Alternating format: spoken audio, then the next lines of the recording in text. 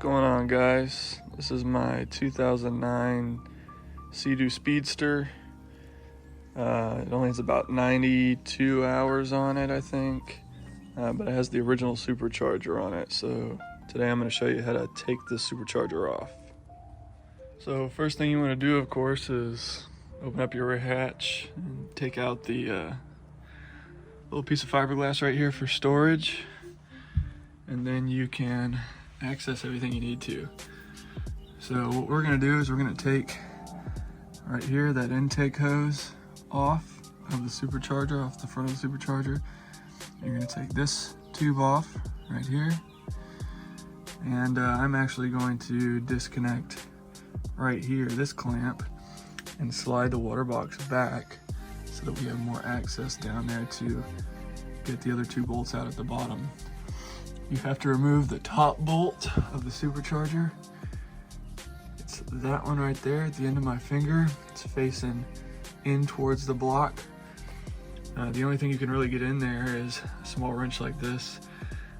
You're supposed to use a E8 box wrench, a special tool. I don't know why they use those heads in here, but that's what they chose. You can also use a 1/4 inch wrench. A little 12 point should do just fine. But there's also two other screws. There's one directly under the inlet down there, and then there's one about halfway up the supercharger, midway right underneath the inlet pipe right there. So we'll start moving this stuff out of the way and show you what's next. One more thing I wanted to add. I don't know if you would want to, but you can. You could just unbolt your hatch, and these just pop right off. You can just pop them off at the top, your struts here, and then you could just take this whole top off, and then you could lay down on the back and lean in. That would probably be the easiest way to lay. I just laid up here on this. See a little bit of blood right there because of all the finagling I had to do. All right, y'all. I got the supercharger off. Here it is. I was worried because it had never been changed that this gear right here would be missing some teeth and be down in the motor. And you know what that means. Gotta clean it out. But I'll tell you what, this thing looks brand new. I know they used to use ceramic washers in the clutch gear, I think it is. But I don't know that I see ceramic. Oh, this looks metal here. Now this is a 2009, so I don't know if in 2009 they updated that. I do know there's still failure points because it's recommended maintenance or rebuild every 2 years or 100 hours. If this is the original, it's been on here, what? It's January 1, 2025 now. My goodness, 16 years almost. So 16 years, and it still looks brand new. I don't know the history on this supercharger. There's plenty of maintenance records on the boat, but I don't know if anybody rebuilt it. But let me climb up in here and show you the process. I tried to film it for y'all, but man, you have to do all kinds of contortions and lean your body over, and I had to have one arm up holding me on so I didn't fall down head first in there, and the other one finagling this top bolt here, which I'll show you in a second. Just wanted to remind you guys, you use that little, where'd it go? You use that little 1/4 inch wrench to get the top bolts out, but all the bolts are the same size head. So you don't have to use that on the bottom ones, of course. What I used was 6 inches extension on a 1/4 inch socket, and I would start them with a ratcheting wrench just to get them a little bit loose, you know, so I don't strip the bolts. And then I used my Milwaukee electric ratcheting wrench, and that pulled them the rest of the way out just fine. Make sure, because you are using that 1/4 inch socket on there, if you look at the bolt head, it's got more of a star shape on there. So you want to be careful. as you can see, I've already kind of put quite a bit of smack on them. But you want to be careful that it's pushed all the way down on top and seated on there, because if you're too high up and you start twisting, you very well could strip it. And we all know what happens when you strip a bolt in a bad spot like that. Not a fun time. So I just wanted to suggest that. Probably best if you can get a little E8 socket head and maybe a little E8 box wrench for those.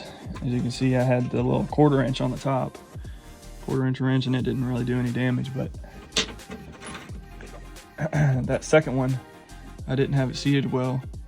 Here's the third one, I had it seated well and I didn't mess anything up. But that second one, as you can see, good Lord bless me, I got lucky and I didn't strip it too much to not be able to get it off. So just make sure it's seated all the way in the bolt before you start turning, especially before you put anything electric on that bolt head, because you can strip it real easy. All right, well, this thing was turned the wrong way the whole time. Anyways, see you guys in a few days. All right, so let me take you through it step by step. So first thing I did was I unhooked both of the clamps on the exhaust. I know on the skis they call it a J-pipe. I think this is just the exhaust. I think maybe that's the water box. I don't know, I'm still learning.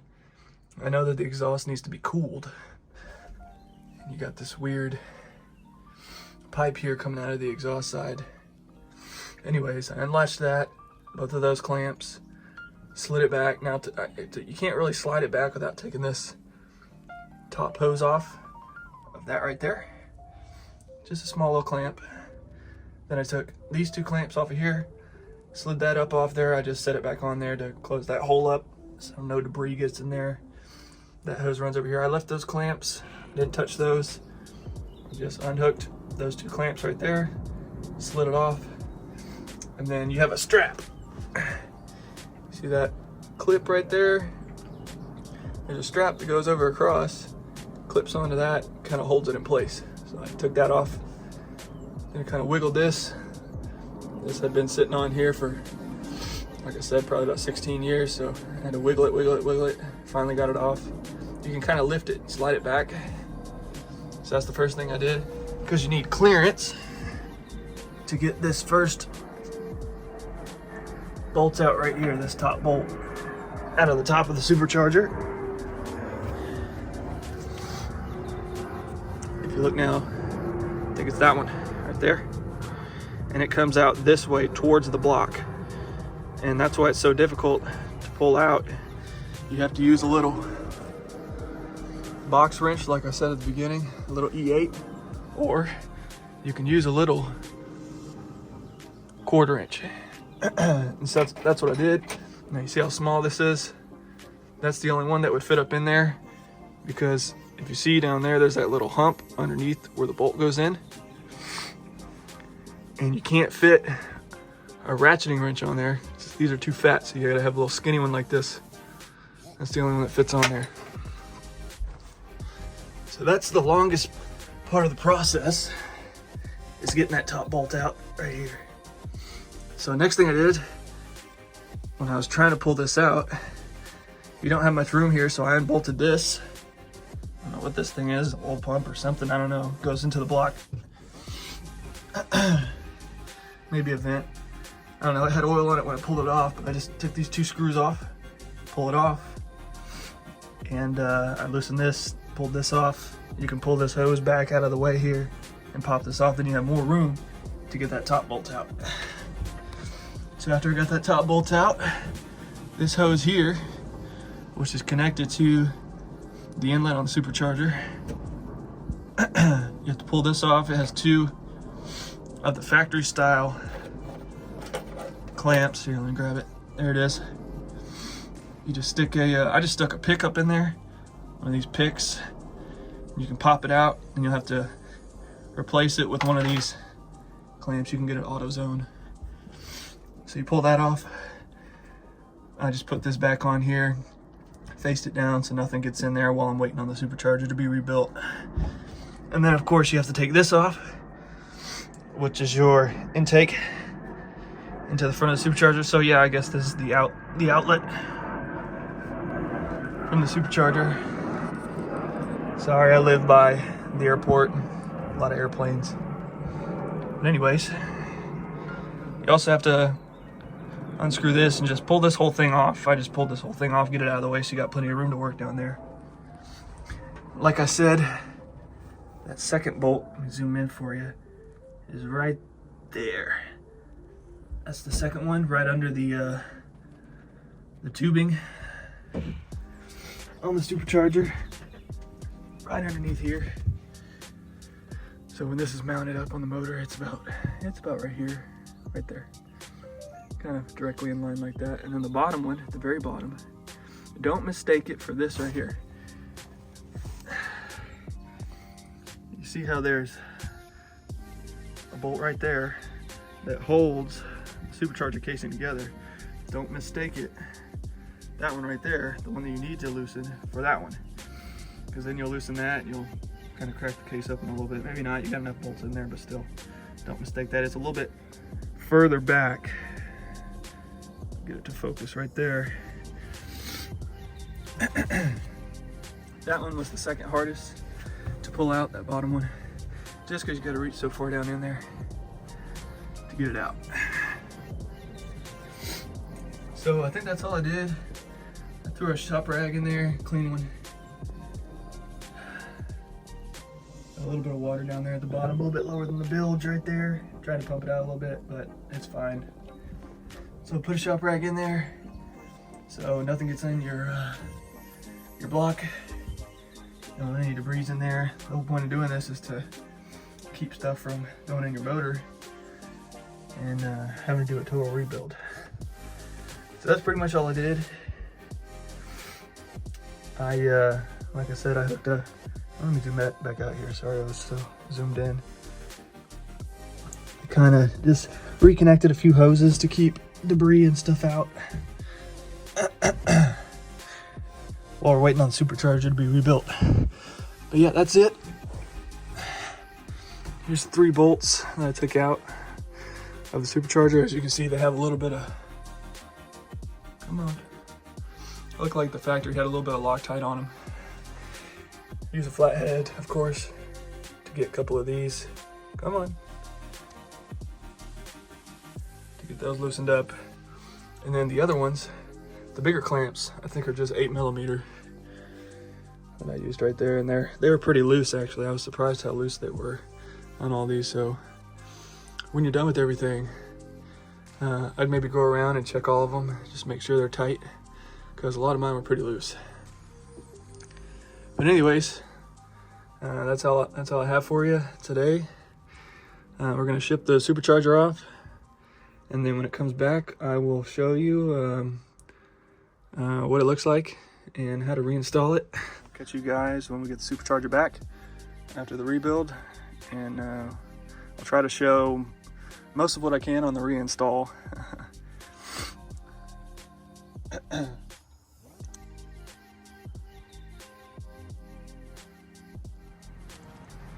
All right guys, we're back. Got everything back in, buttoned up. Everything's reconnected. Supercharger's back on. All the hoses and clamps are tight. I checked them all. I just wanted to go over a few things. I couldn't hold the camera like I told you before, reinstalling it, because you got to use both hands leaning over this thing. It probably really would have been best if I would have removed this by taking the struts off and unbolting it. It probably would have been worth it. But just wanted to go over a few things with you. So whenever you get the supercharger back in, you want to be careful pushing it back in. I put a little bit of grease around where the thicker part of the shaft of the supercharger is kind of almost touching the block, sealed to the block. It's closer to the actual housing. As you know, there's the gear that gets spun by the engine. I put a little bit of grease on there, a little bit of oil on the, there's 2 O-rings on the supercharger. Put some oil on those and then put some grease behind it, just so that when you're pushing the supercharger back in, you don't tear your O-rings and have an oil leak. That'd be not good. Even potentially get some moisture in your block. And so when you get it almost all the way seated, you know that it is seated when you can't turn the impeller. So if you can turn the impeller, you want to be gentle and push it in and kind of wiggle the impeller until those gears, those teeth in the gears, slide into place into the other gear inside the motor. And then you'll know that there's just a very, very tiny or none at all, slight tiny bit of play, but it shouldn't spin at all. And so that's when you have it seated, and then you can see. Let me see if I can zoom down in there for you. Right there, see how it's back of the housing is pushed firmly up against, maybe that's a little bit of grease coming out right there that you can see. You can see that it's firmly up against the block. There's that screw right there, that devil screw that is impossible to get out. Actually, it's not terrible as long as you have the right wrench like I talked about before. I put the kind of stripped bolt right there on that one because, you know, that one you don't have to get as tight really. I mean, you can only get as tight as you can with one of those, you know, short little wrenches anyways. But I still put just a tiny bit of Loctite on that one, not much at all. I put more Loctite on the 2 bottom bolts. Just to make sure that the from the vibration of the motor and driving around, that those don't come loose. I didn't put any Loctite on these. They didn't look like they really had any. They weren't too tight for this, whatever this is. I can't remember exactly what it is. I don't even think I looked it up, but it looks like some sort of recirculating vent. It may be, it had oil in this, but the vent, this pipe goes over to the intake pipe, so it must be some sort of vent. Anyways, I didn't put any Loctite on those bolts, just firmed them up, plugged everything back in. Remember I said to tighten the clamps. I went around and tightened all the clamps. I got new clamps here for the outlet. I don't even know what you really call it. So you got the inlet, and then you have the outlet. I don't know. Somebody tell me in the comments. This, you know, sends the air back into the intake manifold and into the motor. This longer tube is actually coming from the intake filter where it initially sucks the air in, spools it up, pushes it in the motor. That's about all I know. I'm used to normal, you know, superchargers on trucks and cars. And this is, I guess, more similar to a Pro Charger because although it's not belt driven, it's gear driven on the inside, so it still runs off you know, the revolutions of the motor. So that's cool. Anyways, had to get new clamps there, you know, because those are one-time reusable or one-time non-reusable. Got the exhaust latch back down. Got everything tight. I haven't started the motor yet, but I'm actually taking it to the water today. It was winterized a few months ago, back before I bought it, and so they fogged the cylinders, so got to get it out on the water, let it run in the water for 2 to 5 minutes, and then I gotta change these spark plugs and take it ripping. I'll let you know how it goes. But yeah, that's how you reinstall the supercharger. Sorry I couldn't show you guys more of it. There's not much going on besides literally just sliding the supercharger into the block and being careful about that you don't hurt the gear and you don't force it in there. But you wiggle it in there until it pops into place and it's firm up against the block. You don't want to go too tight on the bolts. I can't remember the exact torque specs, but it was not much at all. It was like inch pounds. And so I didn't put a torque wrench down in there. I just tightened them till they were hand tight, and then did maybe a quarter or another half a turn make sure they were snugged up, but like I said, I got Loctite on there, so they should be just fine. So anyways, I think that's pretty much it. And I hope this helped. There's no other videos out there that I've seen. I don't know if I said this earlier in the video, of somebody pulling the supercharger off a Seadoo Speedster. The actual boat. I've seen them, take them off the skis, like the RTX and maybe one of the GTXs. I don't know if any of those are supercharged. I think those are naturally aspirated. But anyways, hope this helps for anybody that has a supercharged Rotax inside of a Speedster. You know, it was strange. I saw, when my title came in, and on the title it said that it was the 255 horsepower, but that does not make any sense to me. It's got the factory sticker here, the 215 supercharged. So I don't know what the distinguishing factor is. I don't know if you guys can tell. If I have to, if there's a VIN plate on here or something, or maybe this helps, I don't know. If maybe it's, you can tell from here. I think that's just different specifications. 1493 cc. Oh, I thought these were the 1503s. 1493, interesting. So, yeah. If anybody knows how I can tell, there's a plaque down there.